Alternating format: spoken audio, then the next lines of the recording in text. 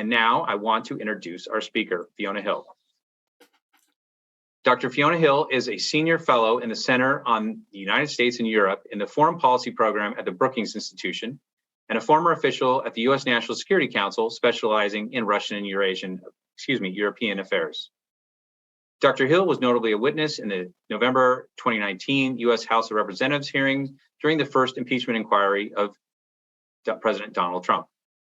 At the time, she was serving as a deputy assistant to the president and senior director for European and Russian affairs on the National Security Council. Earlier, from 2006 to 2009, she served as a national intelligence officer for Russia and Eurasia at the National Intelligence Council. She is the author of There Is Nothing for You Here, Finding Opportunity in the 21st Century, and co-author of Mr. Putin, Operative in the Kremlin. Originally from the UK, Dr. Hill is the daughter of a coal miner from Northern England. She began working odd jobs at the age of 13 to help her family, including washing cars and working as a waitress at a local hotel. Later attended Oxford University, which with her humble beginnings, she is described as, quote, being like a scene from Billy Elliot. In 1987, she was an exchange student in the Soviet Union, where while interning for NBC News, she witnessed the signing of the Intermediate Range Nuclear Forces Treaty by Ronald Reagan and Mikhail Gorbachev before applying to and attending graduate school in the US at Harvard University. Prior to joining Brookings, Hill was director of strategic planning at the Eurasia Foundation in Washington, D.C. From 1991 and 1999, she also held a number of positions directing technical assistance and research projects at Harvard University's JFK School of Government. And she has published extensively on issues related to Russia, the Caucasus, Central Asia, regional conflicts, energy, and strategic issues. Dr. Hill is a member of the Council on Foreign Relations. Please join me in a warm virtual welcome for Dr. Fiona Hill. Thank you so much, sir. Thank you. Well, it's wonderful to have you here, zooming in from Washington, D.C. And I know, as our audience knows, you have been really generous with your time and connecting with a lot of world affairs councils and communities. And we're thrilled to have you join us here in Portland. Oh, well, thank you. Thank you very much. And because of the time difference here, I just want to apologize in advance that you may be able to hear kind of background noise. I've got my, daughter at home, a freshman in high school, the dog, and my husband. And periodically they keep forgetting that I'm in here trying to talk to all of you over in Oregon. So if you hear any background noise, just act as if it's not happening, and I'll try to do the same. Great. Well, I think at this stage in the last couple of years, I think our audience is very used to that and understanding, and we just really appreciate you joining us. And so as we talked before, and audience, we're going to have sort of a conversation that we're going to start with some questions of our own and start weaving in your questions. So audience members, posters in the chat. And so I just wanted to start out by, a little setting the stage. Russian forces invaded Ukraine in late February. Turning really Russia into a global pariah as the West punished it with sanctions. President Vladimir Putin called Russia's actions, quote, a special military operation, unquote, which has triggered, of course, one of the largest immigration and refugee crises in recent history. Nuclear-armed Russia is warned of consequences if NATO interferes. Devastation and tragedy have been just awful, and the world is focused on this. But what really, as we were talking beforehand, what should we understand where we are today as compared to February, how we got here, and let's maybe dive into a discussion of where it might go next. Yeah, well, first of all, Putin called it a special military operation because I think that's what he intended it to be. And just to give that a little bit of context, Putin clearly didn't expect this to basically turn into a full-blown war that now looks more like a war of attrition, which is where we are right now, with that mass devastation that we've seen of all host of Ukrainian cities, major cities. He clearly thought that whatever this was in his mind, again, the special operation, but in terms of what he thought that he was embarking on, and I think it was actually partly a policing operation, partly something to change the regime in Kiev. He thought it would be over in a matter of days, and to be frank, so many other people did as well, just given the expectations for the sheer firepower of the Russian military, and what people really anticipated would be a fairly weak resistance from the Ukrainians. I think that in Putin's mind, he was thinking about this special military operation along the lines of the things that we saw during the Cold War and the Soviet period. So if you think back, and all of us think back, I'm not sure if everybody who's participating in this online will have first-hand remembrances of this, but some people may have, to 1956 in Hungary, 1968 in Czechoslovakia, and then later, where more of us might have some of a memory, the 1980s in Poland. In each of those cases, the Soviet Union intervened in actually countries of its allies, ostensibly its allies, in the Warsaw Treaty countries, those countries of the Eastern Bloc that had been pushed in to the Soviet orbit after World War II, but intervened at a time where Moscow didn't like the direction of their politics, where each one of the countries, Hungary, Czechoslovakia, before that actually Germany, 1953, and then later Poland, were undertaking reforms, and were also looking like they might be heading off not just in a different political direction, perhaps pulling away, somewhat from Moscow's grip. And in each case, there was an intervention. Now, there were a lot of forces put behind that intervention. I think in one case, it was 500,000 Soviet troops. But it was a very brief period of fighting. And in the case of Poland in the 1980s, in fact, what happened was General Jaruzelski, the chief of the Polish military, essentially declared martial law and averted a Soviet intervention. And I think what Putin was thinking, that this would be the same pattern. The information that he had, the intelligence that he had prior to February 24th was that President Volodymyr Zelensky in Ukraine was pretty unpopular. Ukrainians were dissatisfied with the way that their government was performing. There was a very large number, of course, of Ukrainians who speak Russian, and in polling that the Russians had done, seemed to be sympathetic towards Russia. And Putin pretty much thought that this special military operation would be like a rerun of the Soviet era, that there would be a pretty quick capitulation. Remember, he basically said to Ukrainian military to lay down their arms, and they seem to have already lined up replacement, not just mayors for cities that we're seeing right now, but a replacement team for the Ukrainian government.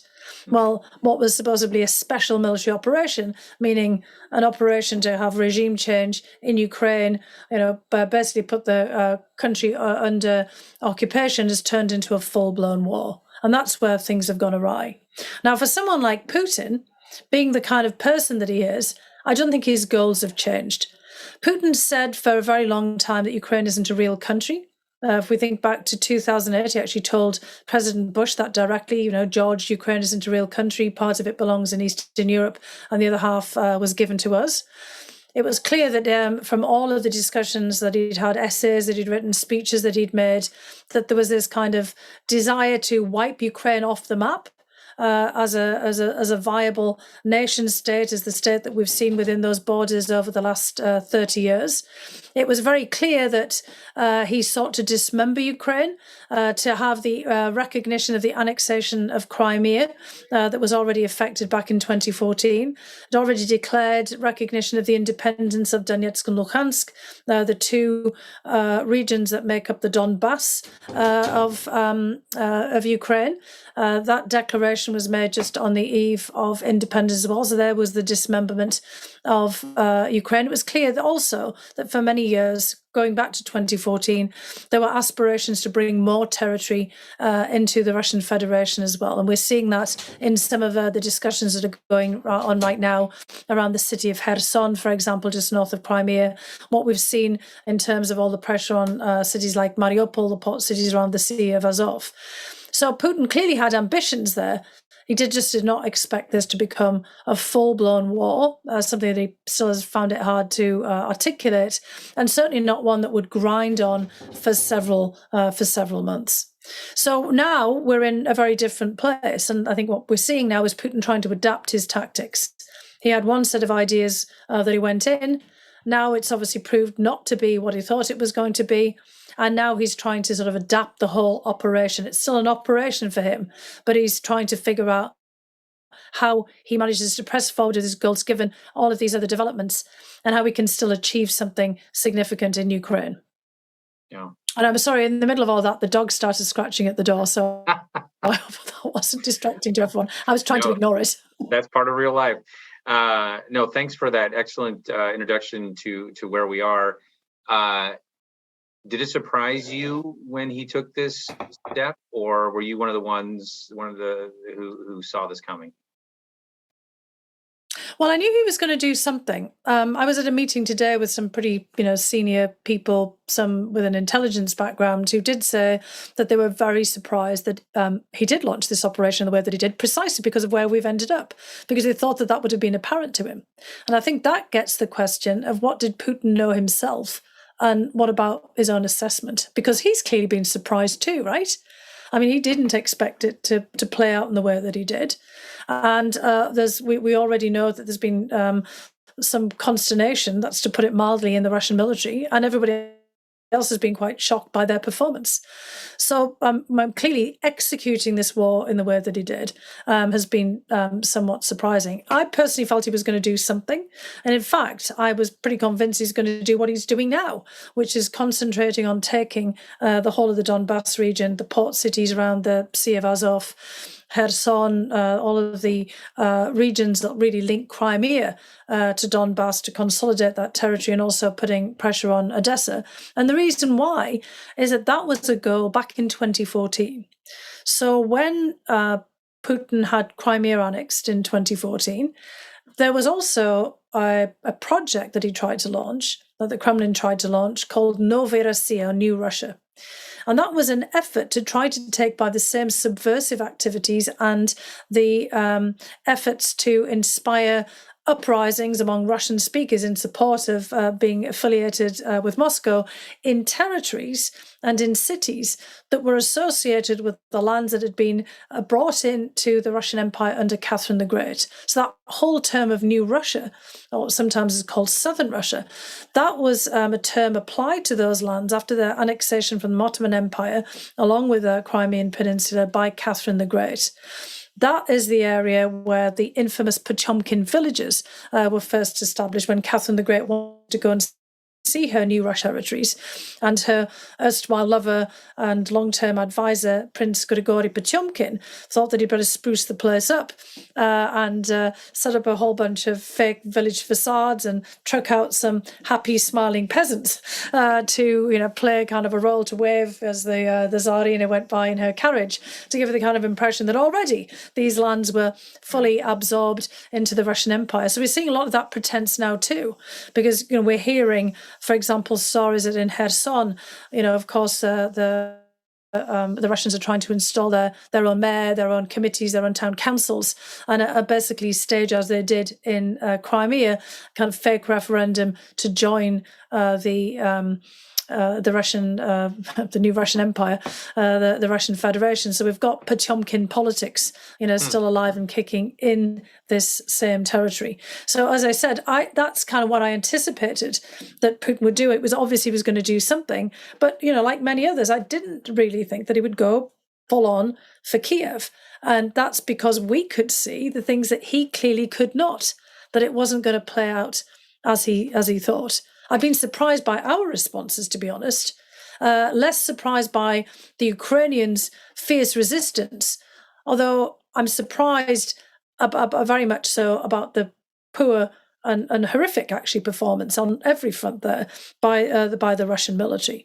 And that has, given Ukraine, basically, which has launched a pretty robust home defense, more of an opportunity to push back than perhaps most of us would have anticipated. Yeah. Well, sort of as a follow-up to that, maybe you talk a little bit more about how Putin reads history and how this fits into his worldview. I mean, I'm not as familiar about it, but could you talk a little bit about the Ruski Mir, and the justification for the invasion, and how that might be connected to some of the things the points you were just making. Yeah, I mean, look, we talk an awful lot about the role of NATO in all of this. And, there is something to be said about that. And I think we could talk about that more. But I think the biggest issue right now is that this is a battle for history, language, and culture. And Vladimir Putin's version of this In fact, it's quite significant that the person that he sent out to negotiate with the Ukrainians, although the negotiations have been somewhat called off by the Ukrainian side at this point, was none other than the Russian cultural minister, Mr. Medzinski. And Medzinski is interesting. First of all, he's born in Ukraine, but doesn't see himself as a Ukrainian. He sees himself as a Great Russian. That, kind of, again, an old imperial idea of the Great Russians, the Little Russians, the Ukrainians, and then the White Russians, of course, the Belarusians. Medzinski is also the person who helped draft for Putin all of these essays on the fusion of Ukraine and Russia together in history. So Medzinski, in a way, is negotiating Vladimir Putin's version of history rather than, some end to a war, a territorial assessment, which underscores that this war is about a war of ideas and culture and history for Putin. Because Putin has spent an awful lot of time since he came into office spinning his version of Russian history. Back in 2011, I took part in a meeting with Putin, part of this Valdai discussion club, and was very struck by comments that his press secretary, Mr. Peskov, made about Putin reading all the time. I was a bit skeptical because most of us have no time to read, and isn't he running a very large country? But apparently, according to Mr. Peskov, Putin reads all the time, but he reads Russian history. Not world history. He's obviously not part of a larger, more extensive book club. He's basically a self-taught historian. Yeah. And Putin has clearly, over time, become more obsessed with his version of history. And, while all of us were cooped up during COVID, fortunately, you were managing to keep going your great Zoom speakers events. Vladimir Putin was clearly sitting, stewing in the Kremlin, thinking and ruminating over his legacy. After 22 years in power as president and prime minister and president again, and the whole way that he sees himself in many respects literally as the embodiment of the czars of the past, he has started to think that it was up to him to basically cement Russia back on the world stage as a great power. And by being a great power, Russia had to, and he had to, on behalf of Russia, retrieve the lost borderlands. For Putin, Ukraine's always been the place that got away. And in his narrative of Russian history, this version of the Ruski Mir that you mentioned, the Russian world, Ukraine plays an extraordinarily important point. It's seen as being the cradle of Christianity in Russia. We have to remember, and I am, as a historian, a lot of this is myth-making. The chronicles and annals of history are written, so far back in time, you can't go out there and verify them. We didn't have reporters running around at the time. History's written, by the victors, and also, of course, by the people who want to depict their version of events. But basically, from Putin's version of events, Ukraine is the whole birthplace, not just of Christianity, but of the Russian state, of Rus, the ancient Russian state. It's not Kiev, it's not Ukraine. That's a moniker, a territorial name that comes later, meaning the land on the borders. Na Ukrainie, as it used to be called in Russian. And for him, Ukraine doesn't have a sort of standalone history. Now, all of us would say every country has a lot of complexity. There are many countries that have had different capitals. Every country, his borders have changed over time. I think there are probably a few exceptions of island nations, but they might have come under the suzerainty or dominion, of others at different points. And Ukraine, like any classic territory that expands over borderlands, has moved, back and forth bits of its territory among numerous larger land empires that have expanded out. The Austro-Hungarian Empire in the past, the Polish-Lithuanian Commonwealth, which at one point, back in the 1600s was the largest state in Europe, the Swedish Empire, the Ottoman Empire, in addition to the Russian Empire. And of course, for the last 30 years has been an independent state. But Putin can't get his head around that. For him, kind of Russia, the Russian world is defined by him, the presidency, which is the heir to the autocracy, to the czars of Imperial Russia, the Orthodox Church, and the Russian language. And for him, the lands of Ukraine fall into that as well. And I think he has the hardest time imagining Zelensky as being the symbol of the Ukrainian state, because Zelensky is a Russian-speaking Jew. And that's significant because in the Soviet period, in people's passports, they had their ethnicity listed. And being Jewish was a separate ethnicity. It wasn't a religious definition, it was an ethnic definition. And so for Putin, as Zelensky wasn't designated as a Ukrainian, Ukrainian, the idea then that he could be the standard bearer of a Ukrainian state, especially as a Russian native language speaker, is, for him, fairly preposterous. So there's so much all entwined with this, all entangled into here. And really, history, culture, and one man's version of this, one man's interpretation of this, is right at the center of this conflict. Yeah. It's a lot to grapple with. And as a follow-up that sort of combining a question from the audience and then some of your discussion with Ezra Klein of the New York Times, who had some great discussions with recently. We have a question in the audience about, do you give credence to Timothy Snyder's thesis that Putin is motivated by a deep notion of Russia's mystical imperial destiny? And I think on the podcast, you talked about these three potential visions of Putin as the nostalgic imperialist, or Putin as the strategic rational actor, or Putin as the unhinged maniac. You talked a lot about sort of the history. Is it some sort of combination of those, or is it really that sort of nostalgic imperialist historical vision that he has?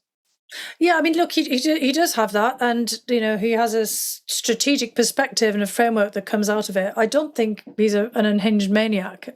He operates within his own frame. I do think, however, as I just mentioned here, that COVID's done a number on him. I mean, it's done a number on all of us, but most of us haven't gone out and invaded our neighbours.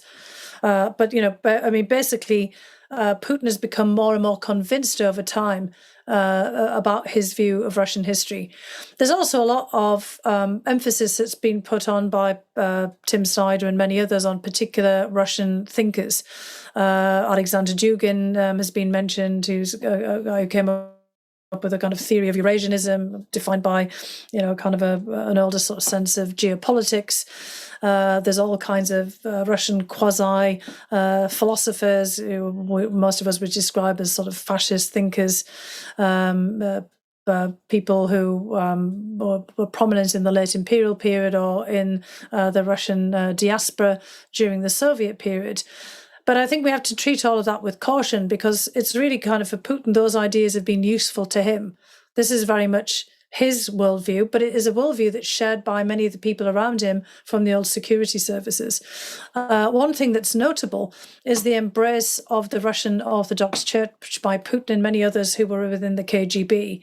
And in fact, the role of the Russian Orthodox Moscow Patriarch, Kirill. Many people have commented and noted the fact that Putin has weaponized the church. And in fact, the Pope recently said according to the Pope himself, in a telephone conversation with Kirill, don't be Putin's altar boy. But I think that there's a bit of both here. I think that actually Patriarch Kirill has also weaponized the Russian state, and that there's very much a symbiotic relationship between him and Putin, because the Russian Orthodox Church has always been one of the pillars of power inside the Russian Empire. And Putin, very early on, along with many people from the KGB, actually bemoaned the mistake that they believed that the Bolsheviks made, Vladimir Lenin and others in the 1920s, of destroying the Russian church as an instrument of power.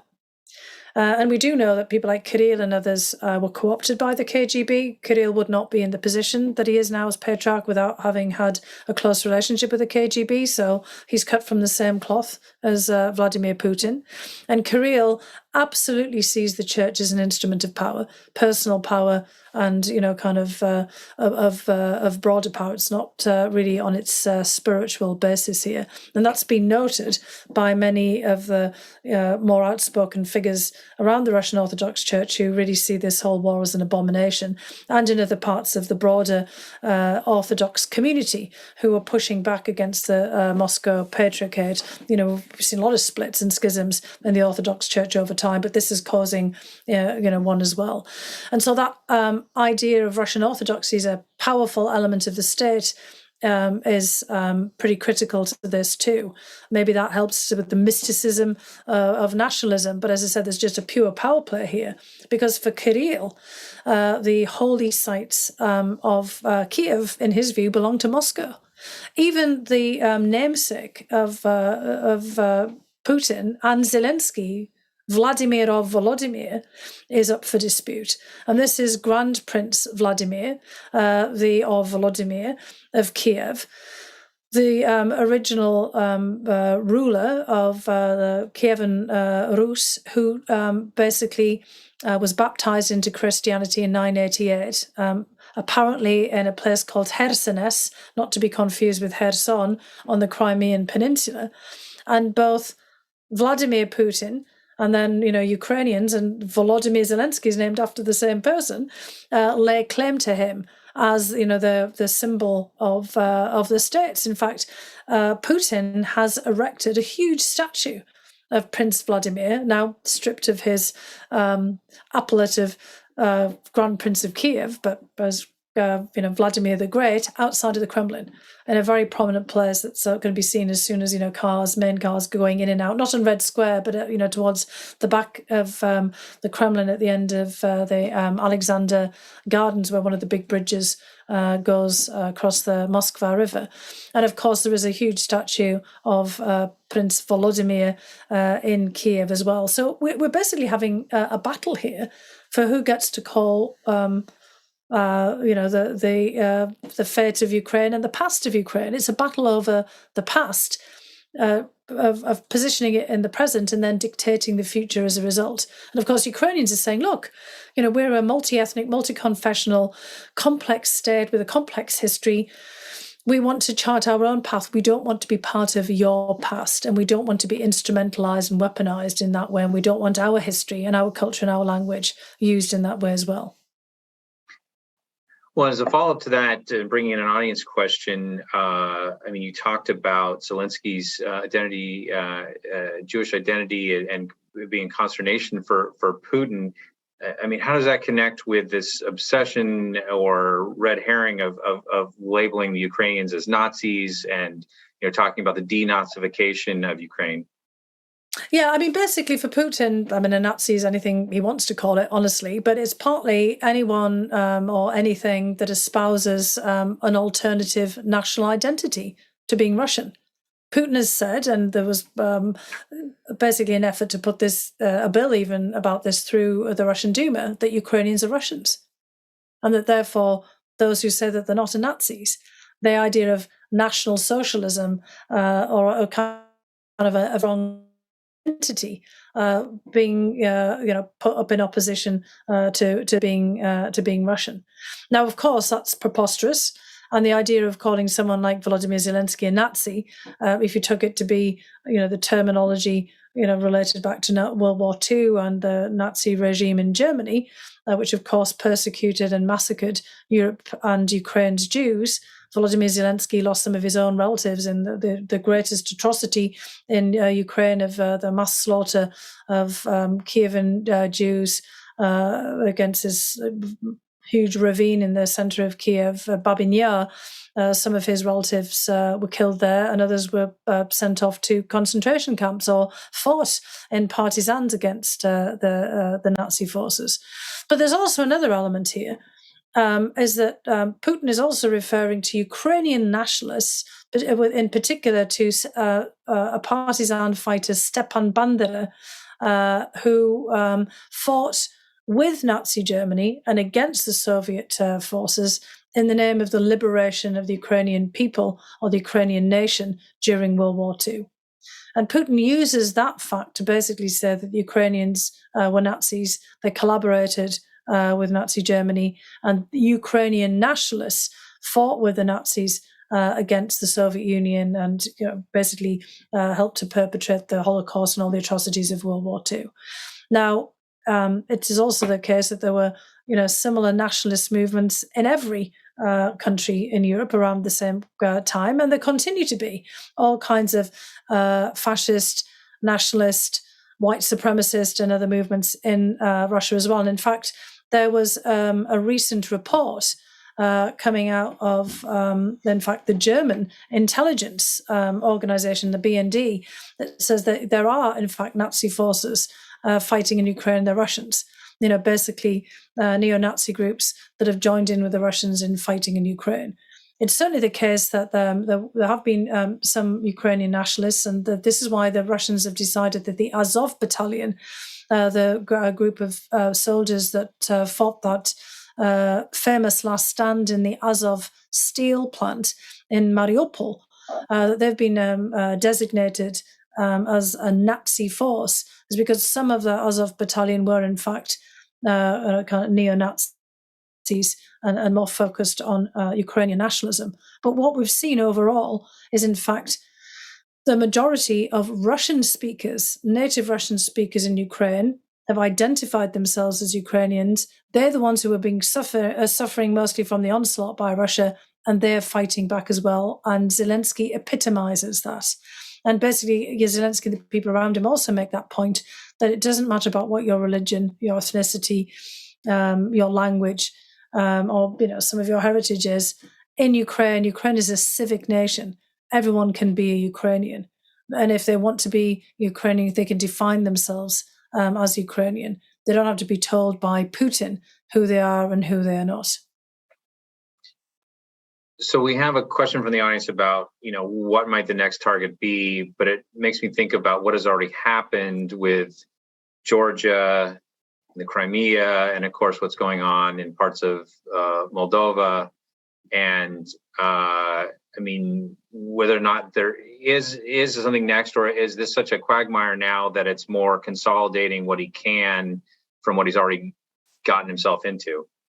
Well, he's also used Belarus as a platform. So there's an awful lot of discussion right now in terms of the what next, about maybe pushing Alexander Lukashenko, the president of Belarus, to now declare the formalization of what's been on the books for a couple of decades now, a formal Belarusian-Russian union. Discussions about having referenda, again, fake referenda in some cases in places like Kherson, and maybe in some of the other places like Mariupol, to join the Russian Federation, also Donetsk and Luhansk in the territory that's under Russian control.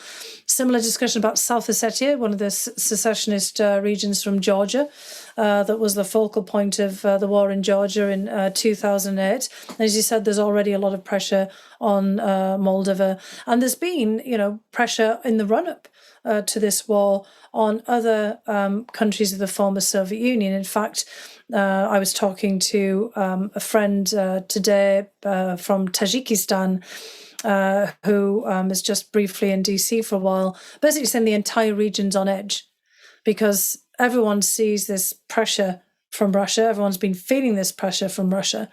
And the whole feeling is that if Russia sort of succeeds in what it's trying to do in Ukraine, that Putin and the Kremlin will really exert dominance across the whole region, and nobody wants to see that happen at all. Yeah. So there is that kind of sense that this has become pivotal, the war in Ukraine, and that kind of if Ukraine actually manages to bloody Russia's nose even more than it already has, deny Russia the victory that Putin thought that he would be able to call, even if it's grinding everything to a halt through a war of attrition, with limited gains, that then may avert this exertion of more pressure, more of these sorts of subversive activities in the neighborhood.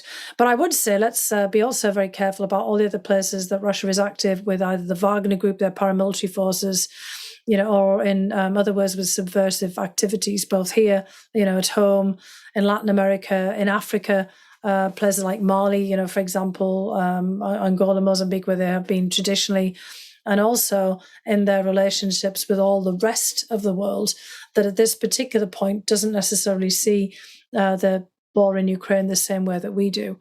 There's also an information war, an information domain here that Russia has tended to dominate outside of Europe and the Western alliance. And we should be thinking, about that as well, not just about what will they do in, say, the Baltic states and Poland. And again, just remember, Putin's also weaponized refugees, at least in his view. I think the whole purpose of pushing people out, that was also one of the goals, because it's very easy to occupy and control territory with no one in it. And I think Putin really thought that he could destabilize most of Eastern Europe and maybe further afield in Western Europe by this pressure, this exodus of refugees, just like we saw with Syria and Afghanistan, and the reaction in Europe to that wave of migrants, and the wave of migrants that are coming out of Africa, for example, and the way that Europe has reacted to that. I think Putin was pretty confident that this would have a massive destabilizing effect. It still could, along with food prices and energy. But that's also part of the what's next here. Yeah. Did it surprise you, just blending a couple audience questions here, about the resoluteness of the West to this, especially coming on the heels of the abrupt U.S. withdrawal or NATO withdrawal from Afghanistan, and, the sort of negative ramifications of that the U.S. and the EU and NATO have been so resolute and frankly gone, I think, far beyond what a lot of people thought would happen when you look at German defense spending, or Finland and Sweden looking at joining NATO, or this unprecedented sanctions. I mean, especially, when we think back to when everyone was saying that the West was sort of reeling after Afghanistan. I mean, did this take you by surprise, or did you think that we had this in it? We just needed a crisis to get it to the front. Well, I always thought we had this in us, but I didn't think a crisis would necessarily. We have so many crises, and we don't step up. But I think this was such a shock. I mean, again, Biden, although this was the thought bubble that perhaps he should have kept in his head. Remember when he said, if there was a minor incursion, there might not be a reaction, was spot on. If Putin had done it, and that kind of more in the sort of piecemeal, the salami, slicing tactics, focused on the areas that I and others thought that he absolutely would in Donbass, putting more pressure on the port cities of Azov, moving out of Crimea, menacing with the military rather than sending it all in, we might not have responded in any kind of resolute way, because we haven't, in the past. And it's been a kind of an accumulation of our failures to respond over a long period of time that I think really prompted Putin to think he could get away with this. So I've been surprised, and I think all of us have surprised ourselves, and he's been pretty shocked by that, I think. I mean, he believes that over the longer term, however, that he can wait us out and that time's on his side.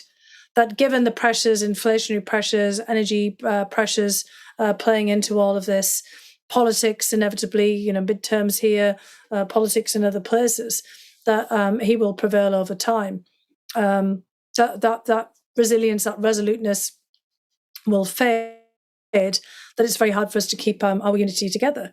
However, again, we could surprise ourselves even further by keeping it together, because one element that perhaps goes beyond even what all of us envisage is the people power aspect of this, the private nature of many of these responses.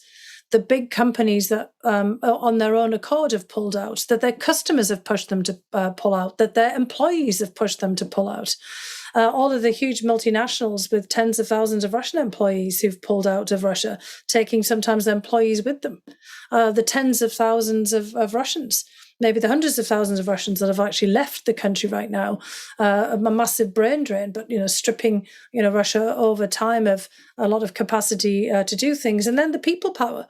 I'm sure that there are many people here on this Zoom who've already started to do something themselves, bandy together a network with people to do something for Ukraine, from raising money to trying to apply to take in Ukrainian refugees. I have an incredible number of friends in Europe, in the UK, from totally normal backgrounds, who have gone and driven into Ukraine with supplies and driven back, with people, to try to help them. There are all kinds of networks now set up to basically help Ukraine fight the Russians off, and it's not just sending in, all of the weapons from the various European countries, but sending in critical supplies and provisions for the Ukrainian military, and really trying to mobilize and assist Ukrainian refugees. And we also know that a lot of Ukrainian refugees are going back, because they've found their footing after the kind of initial conflict. Now they're going back as the Russian forces withdraw, to start to try to do something to rebuild, but also to make sure that the Russians don't come back. So that in itself is also pretty significant.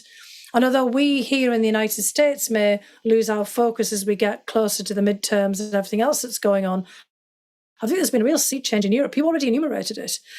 And it was very interesting hearing the Finns about this really huge change in their perspective, because they said that Russia's changed. That risk-taking approach of Russia has increased beyond what they ever expected. There's all the atrocities that have been committed, the violation of all the Geneva Conventions, and the fact that Russia basically launched this war having massed troops on the border and lying, about exercises.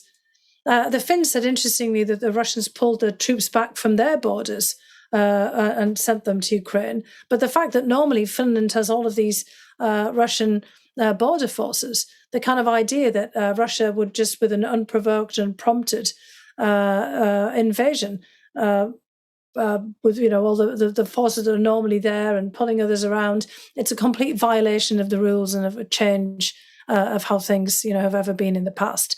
And the loose talk about nuclear weapons for Finland and Sweden. I mean, they have really robust conventional forces, but Putin's talking about letting off a battlefield nuke.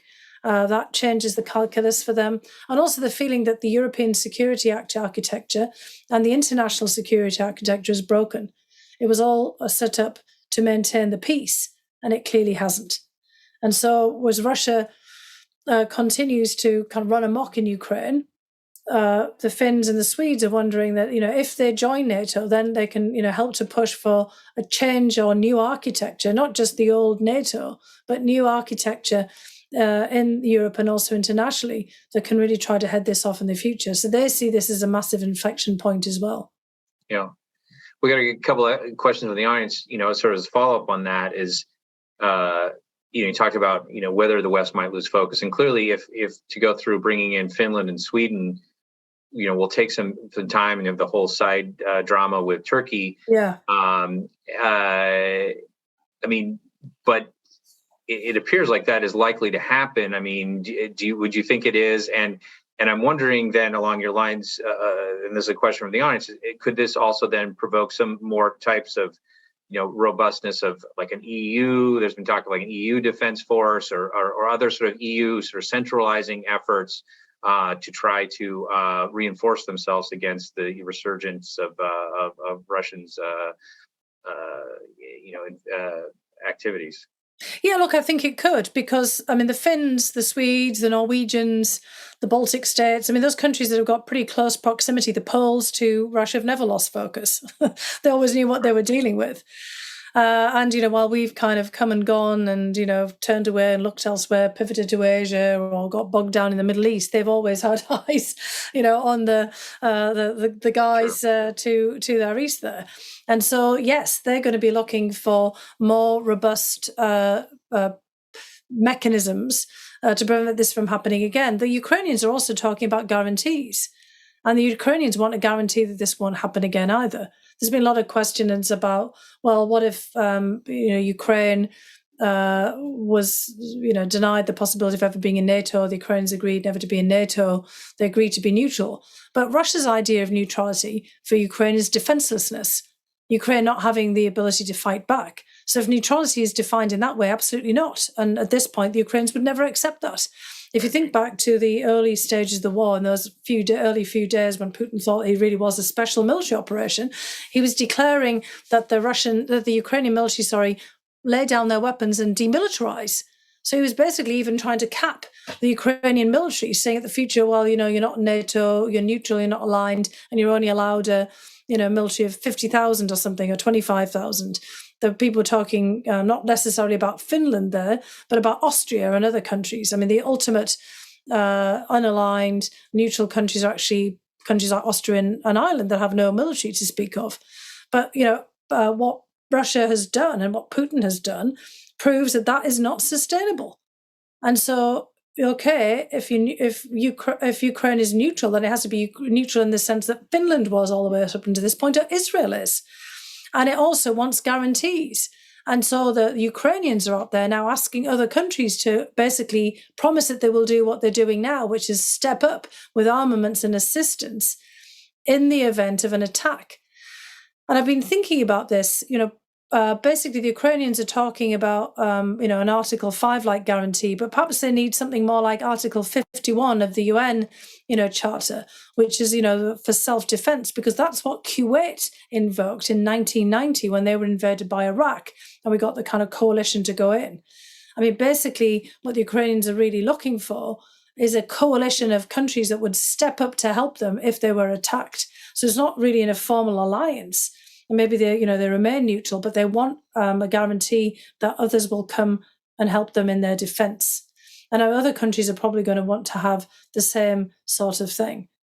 So, this is where we've really moved to a very different place. I mean, there's been this controversy with the Ukrainians and the last day or so about Henry Kissinger, suggesting they should negotiate away some of their territory, columns and, editorials in the New York Times talking about this kind of neutrality, interim steps here that are not very propitious from Ukraine's point of view. But I think, where Ukraine is now is they want to have the right to defend themselves and a guarantee and assurance that this will not happen again. And if it does, that other countries will absolutely step up to their defense.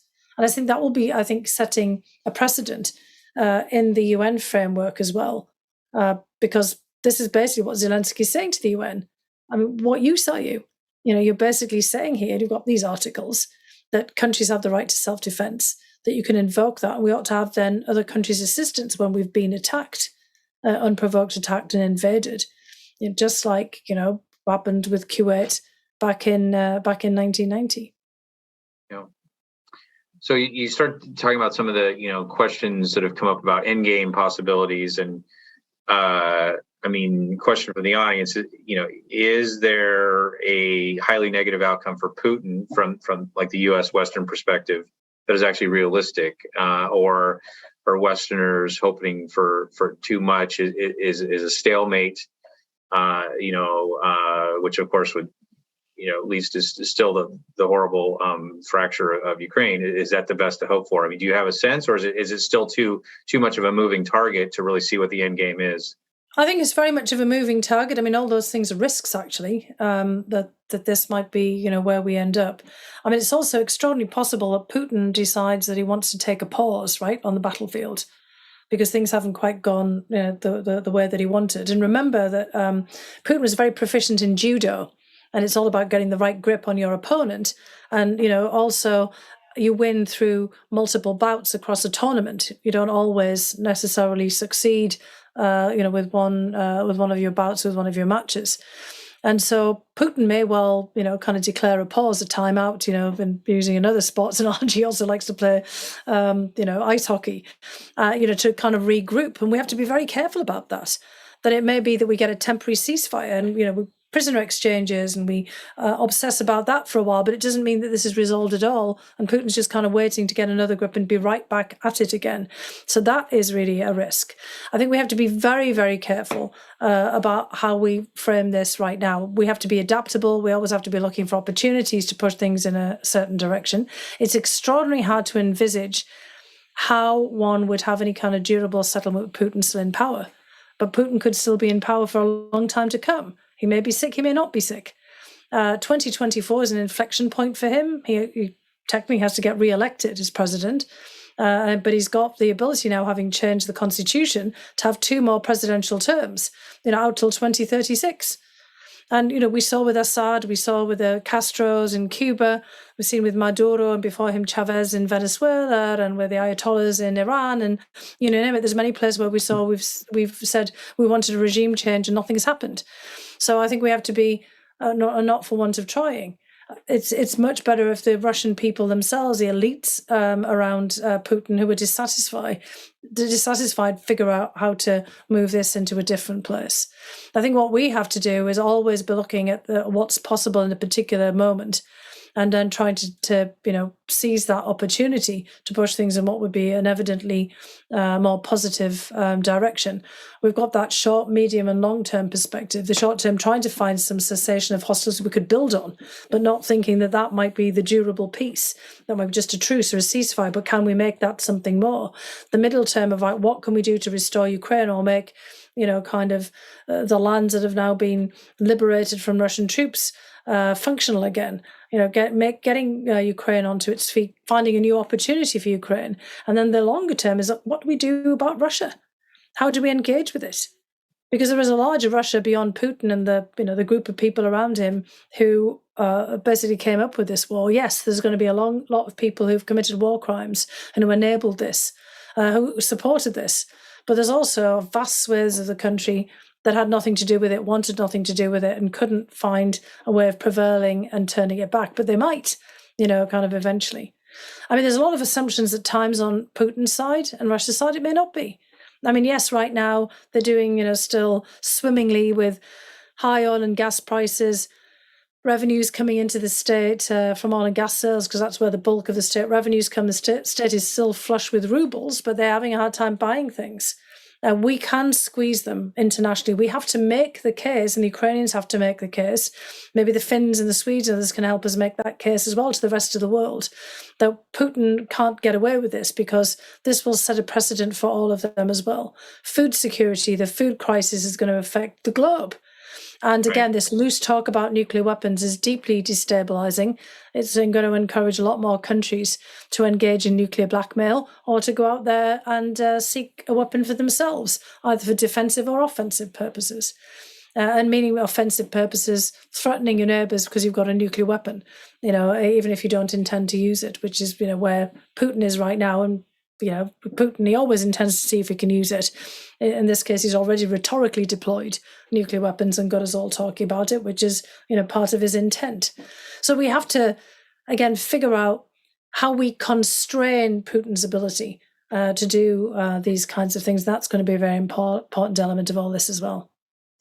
And I mean, do you think that NATO and the U.S. in particular have been nimble enough? I know we've adjusted what kind of economic assistance or military assistance we've given them. Now there's a report, as one of our audience members mentions on NPR, about how Russian hackers are trying to align themselves more closely with the military angle. But that that has been, I think some analysts said, a surprisingly smaller part of the aggression.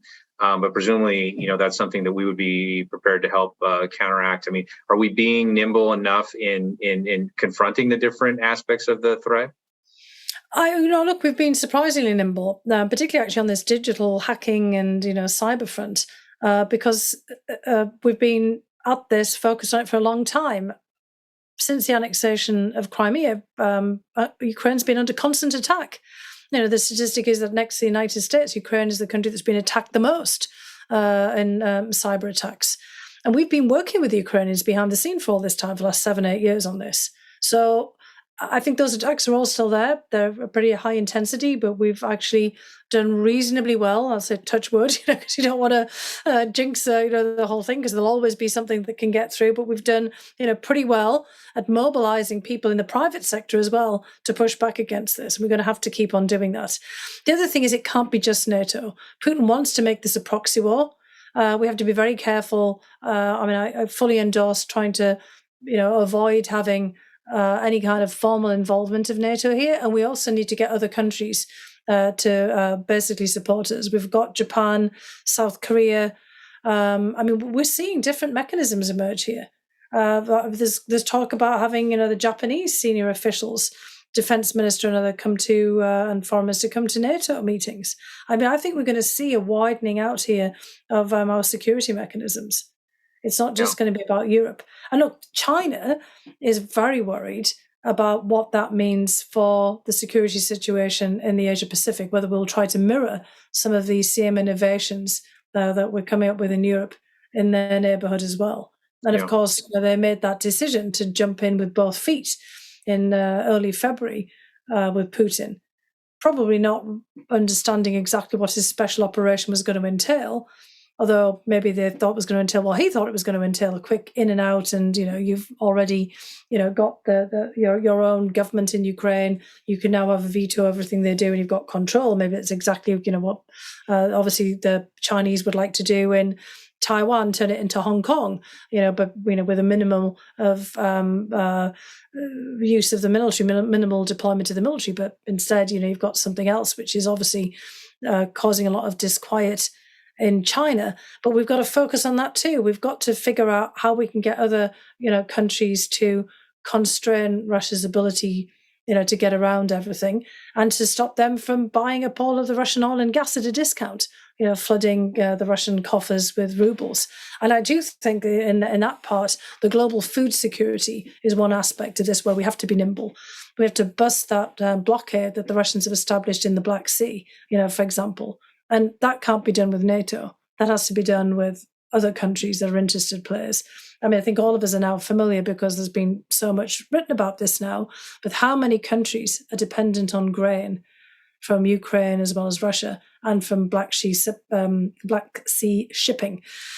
And if we look back to 2018, 2019, when there was a lot of pressure being put on Ukraine in the Black Sea, the Kerch Straits, the Sea of Azov, when I was in the National Security Council, we spent a lot of time thinking about this and trying to figure out was there something we could do, but we couldn't find people incentivized to take action in the Black Sea on these issues of grain and goods and maritime trade. I mean, now everyone's focused on it, but we could have done something before.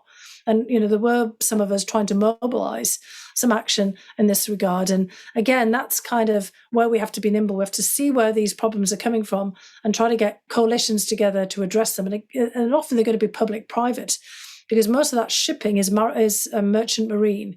It's not military naval vessels. And it's the big insurers, the countries that flag the ships, all of the shipping companies that have to be involved in this as well. Yeah. So on a couple of follow-ups, one is, we've got some questions from the audience about the aspect of China and whether or not this is sort of Russians' failure so far, what kind of message that's sending to China. But then on the same time, you have Russia and China, just flew strategic bombers over the Sea of Japan and East China Sea while President Biden was in Japan. I mean, where do you see things? I know you're not a China expert, but I mean, where do you see things with Russia and China as far as confronting the West, not just NATO? Well, I do think it's disastrous for China if Russia fails. And, obviously that joint overflight to the Sea of Japan was a signal of saying, look, China's still committed to that strategic partnership that Xi and Putin announced on the margins of the Beijing Olympics. But at the same time, there's obviously quite a bit of disquiet in China itself. I think we're all seeing the reports that there are not insignificant Chinese analysts and figures, including the former Chinese ambassador to Ukraine, calling the Russians out. And in fact, calling, indirectly then China out for having made a mistake. I talked to a colleague that I used to work with when I was at the National Intelligence Council, was my China counterpart. And he, feels that she made a mistake. But basically they, like everybody else, overestimated the capacity and capability of Putin and the Russian military to be able to take control of the situation and reach the goals that they'd set out for themselves. And that this reflects badly on Xi now. In the run-up to basically this important Congress in which he wants to get himself reaffirmed as the leader moving forward for yet another, set of terms. And so that there's also kind of a lot of anxiety, as I mentioned before, that what the new mechanisms for security that we're inevitably going to create now in Europe around this crisis in Ukraine get mirrored in the Asia Pacific as well, because the two theatres have become very much tied together. Yeah. I think, we can't really silo this off. China was already in Europe in terms of trade and politics and the attempts to influence, but now China is part of the security equation. China's spoken out against NATO. NATO itself has created China's strategies. And now, we're seeing all of this coming together. And of course, all of us are thinking about parallels between Ukraine and Taiwan. Right. And there are parallels there in China's mind, because China thinks of Taiwan as a domestic issue, but being very important to their own security over the longer term, but their culture, history, and identity, just as Putin thinks of Ukraine in the same way. Now, of course, there's a big difference. I mean, Taiwan is politically different. It's the Kuomintang, the Chinese nationalists. It's not a separate, although I think Taiwanese would actually say they have developed a separate culture over all this time that was initially based on a different political persuasion. But, Ukraine also has, a different history of being a different separate set of territory and land here.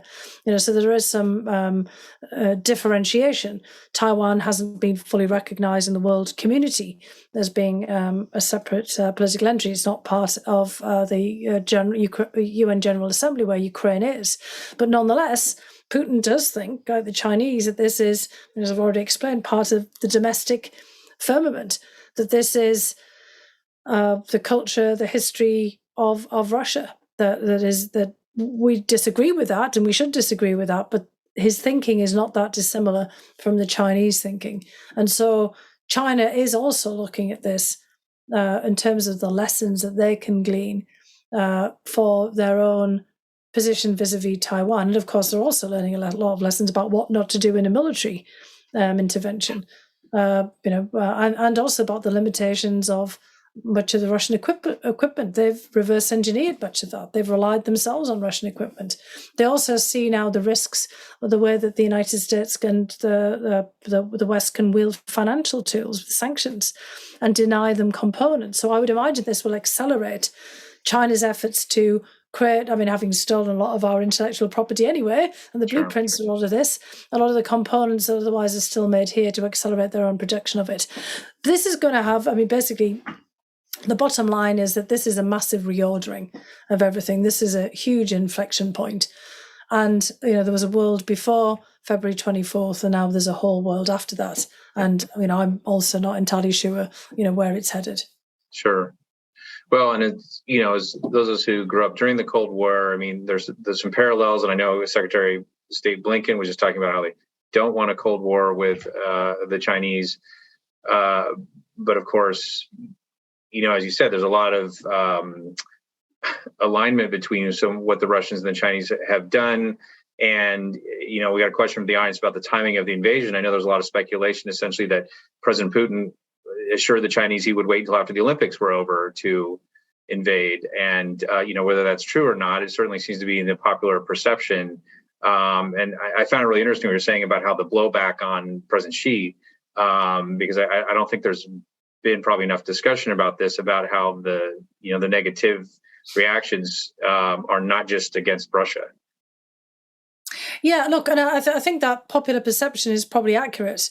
About Putin basically being persuaded by Xi to wait until after the Olympics, because the last time when Putin went into Georgia, we had that split screen of the opening ceremonies of the Beijing Summer Olympics, and the Russian troops and tanks going down the rocky tunnel from North Ossetia into South Ossetia, and then from there into Georgia. And Putin clearly wanted to launch the special military operation earlier. We actually know that, because a lot of those scenes that they rolled out of him consulting, or not consulting, just basically telling his senior advisors, were clearly recorded a week or so in advance. Are meant to be around the same kind of time. So, there was a date. Remember, the Biden administration even had a date. Probably 10 days, the 14th or somewhere around that time, around St. Valentine's Day, certainly earlier, that they were anticipating. But, basically, there was a lot of speculation back and forth. I think we had a lot of pretty concrete intelligence that was when Putin went to go. And Putin himself may resent the fact that he waited a bit, because things did go wrong operationally. Maybe from his point of view, things would have gone better if he'd gone earlier. I think, there would have been similar sorts of problems, but that also does become, a factor there. And will there be tension, over the longer term between Russia and China on the basis of all of this? There's also the question about Ukraine itself, because the Chinese were already the largest single country investor in Ukraine.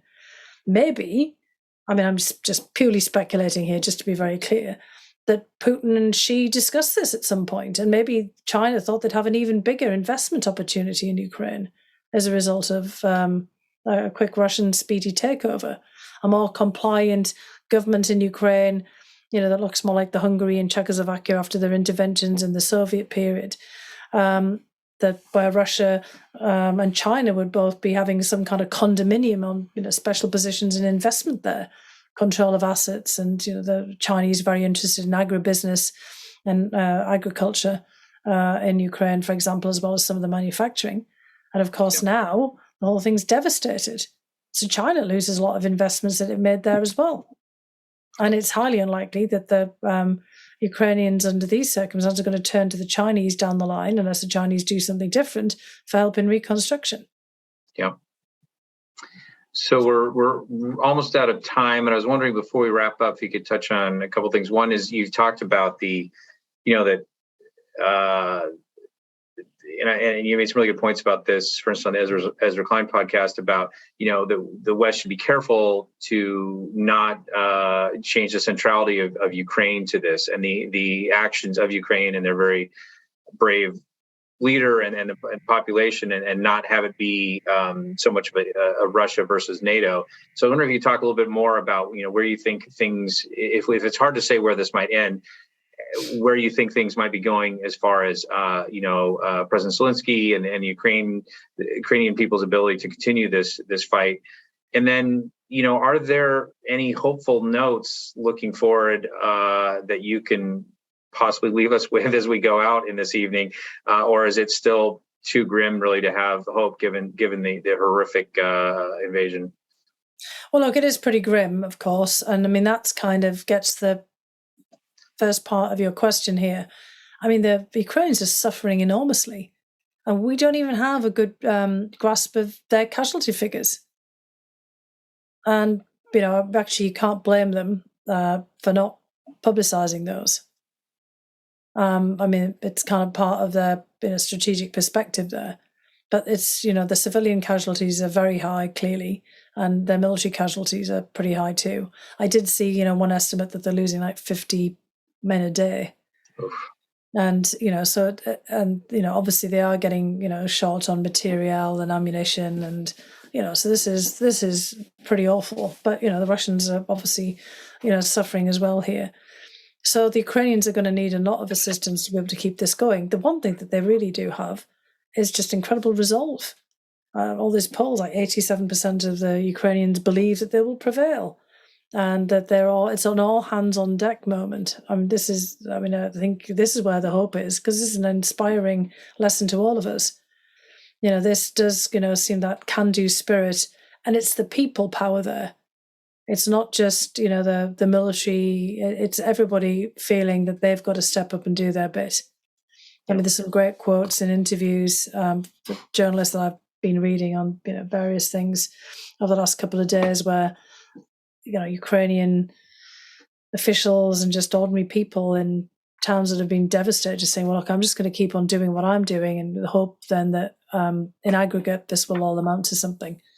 And I think, the best hope that we do have is for all of us to continue in our own networks to do what we can to help. Right. The military, we can't, people on here, maybe some people can't send in howitzers and tanks and things like that. But we can, help Ukrainian refugees. We can help through our networks to, find solutions to issues. People can send money, through all kinds of, different means. People can host a refugee family and help them get on their feet and to go back. And we can just keep ourselves unified on this and try to, kind of find ways of pressing this forward, not let, everything flag. We are all going to have problems in terms of, inflation, energy, prices. It's going to be hard. And if, we look back to World War II, on the home front, people did have to put in a lot of hard work and put up with quite a lot of deprivation to be able to prevail. And maybe this is one of those times where we're all going to have to pitch in as well, which is easier said than done. But then also that makes it very hopeful, because then it's not just all dependent on one set of guys basically here. And this is something that the Russians don't have, just to be very clear. Putin has created a system now where it's all focused in and around him. His vertical of power has become very slender and very fragile. He has kind of cut himself off from really good advice. I worry, actually, really. I really worry about what does he know, what does he doesn't know, what does he not know? Who's telling him things? A lot of the people who used to be there in the Kremlin who would package information for him are not there anymore. Some of them left over the last several years, including over COVID. So maybe that's kind of part of the reason that he's made so many mistakes. But that is a real flaw and a real weakness on Russia's part.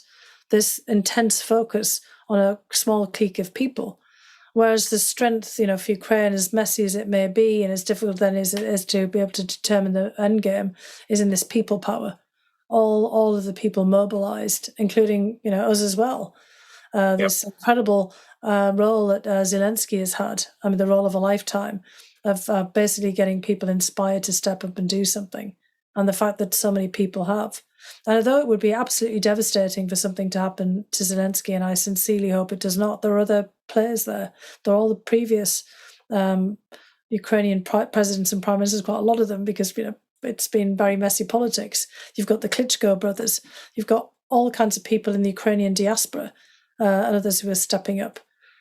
People who I never even knew were Ukrainian. I just heard on NPR the other day, Liv Schreiber, the actor, who's been out and about here in Washington, D.C., doing things on behalf of Ukraine. I mean, that is an asset. All of that is an asset. And that gives me some hope that perhaps we can all prevail to push back on this just atrocious, horrific set of events if we're all pulling together. Very well said. Do that on the issue that you opened up with, as well, on the horrors of school shootings. Yeah. That should be also concentrating the minds. When, the Ukrainians are fighting for their life over, because of an invader, we have our kids fighting for their lives because we are not capable ourselves of fixing a set of problems on our domestic front. Yeah.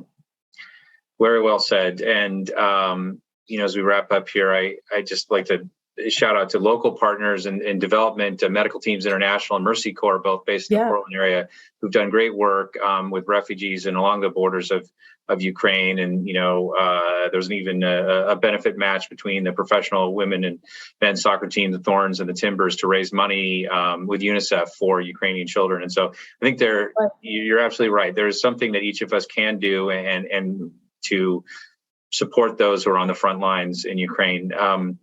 So thank you, Dr. Hill, so much for your incredible expertise and your, zooming in from late on the East Coast to share with our audience. You've had some incredible questions. I wish we could continue to go, but it's getting quite late back in DC. But Dr. Hill, thanks again for educating us and inspiring us.